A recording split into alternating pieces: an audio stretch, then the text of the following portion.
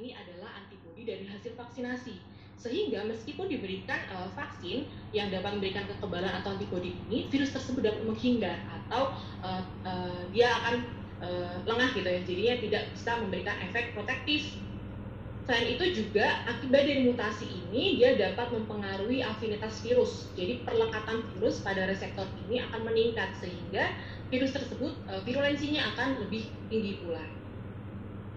Baik, setelah ke AIH51 kita menginjak untuk AIH9N2 atau kita sebut low pathogenic avian influenza.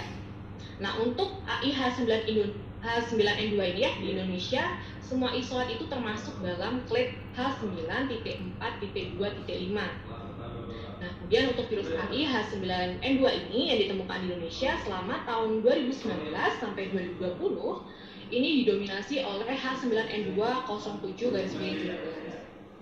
Nah, juga virus AIH9N2 ini karena mudah bermutasi ya, karena tidak memiliki sistem protein tadi pada situs penting utamanya. Nah, ini situs pentingnya adalah antigenic site, kemudian binding site, dan glycosylation site. Akibatnya apa dari mutasi ini? Nah, akibatnya juga berbahaya. Yang pertama, virus tersebut bisa menghindar dari sistem imun atau dari antibodi inangnya. Kemudian yang kedua, aktivitas perlekatan atau afinitas virus ini akan meningkat kemampuannya untuk melekat pada reseptor. Kemudian yang ketiga juga aktivitas dari replikasi virus ini otomatis meningkat dan bisa meningkatkan virulensi dari virus. Oke, kita berlanjut untuk update penyakit ND Bapak Ibu. ND atau kita sebut dengan Newcastle disease. Nah, di tahun 2019 ini ada MD untuk dari kelompok genotipe 7. Jadi jika kita lihat ya di sebelah kanan ini ada namanya phylogenetic tree atau pohon kekerabatan. Nah, jika kita lihat untuk ND genotipe 7, ini dia berbeda dan terpisah jauh dari virus ND yang lama atau dari ND genotipe 2.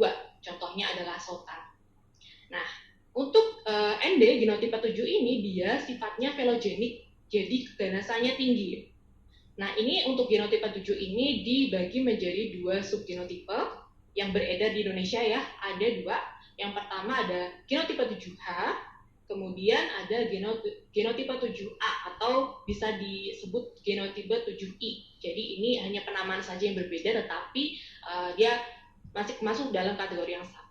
Jadi untuk genotipe 7 ini dia sifatnya phylogenik, keganasannya tinggi ya Bapak Ibu.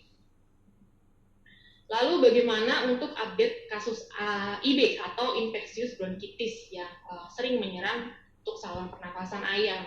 Nah, virus IB ini ditemukan di Indonesia selama 4 tahun terakhir ya, 15 sampai 18. Ini masuk ke dalam grup QX-like dan M41-like.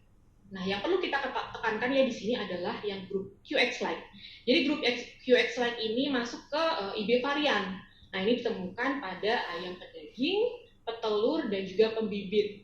Dan ini menjadi penyebab paling dominan pada kasus IB. Jadi yang paling banyak ditemukan kasusnya ini untuk grup QX-like.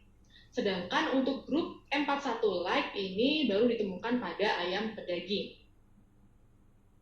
Oke, selanjutnya kita berlanjut ke penyakit gumboro. Bagaimana update terbarunya? Hingga di tahun 2020 ini, untuk penyakit gumboro didominasi oleh VVIBD atau Very Virulent IBD.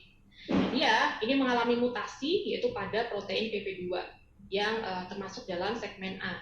Jadi protein PP2 ini dia sebagai penentu patogenesitas atau tingkat keganasan dari virus tersebut. Sehingga ketika terjadi mutasi ini juga akan memberikan dampak atau efek yang berbahaya, yaitu virus tersebut akhirnya akan meningkat virulensinya serta dia dapat menghindar dari sistem imun atau kekebalan dalam tubuh inangnya. Oke, kita beranjak untuk penyakit selanjutnya ada IBH atau Inclusion Body Hepatitis.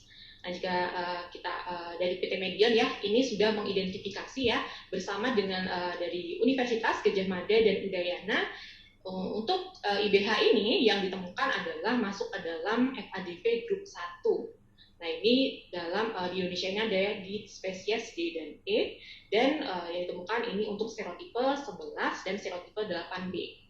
Nah, ini Bapak Ibu juga tertampil untuk jurnal. Jika Bapak Ibu ingin mengetahui lebih lanjut ya untuk update IBH ini, bisa Bapak Ibu akses di Avian Disease untuk jurnalnya. Oke, nah dari beberapa penyakit di tahun 2020 tadi ya kita ulas. Selanjutnya juga ada, ini juga menarik ya, untuk pelarangan antibiotik growth promotor. Jadi AGP ini memang di tahun 2018 ya, ini sudah ada pelarangan dari pemerintah untuk tidak digunakan lagi.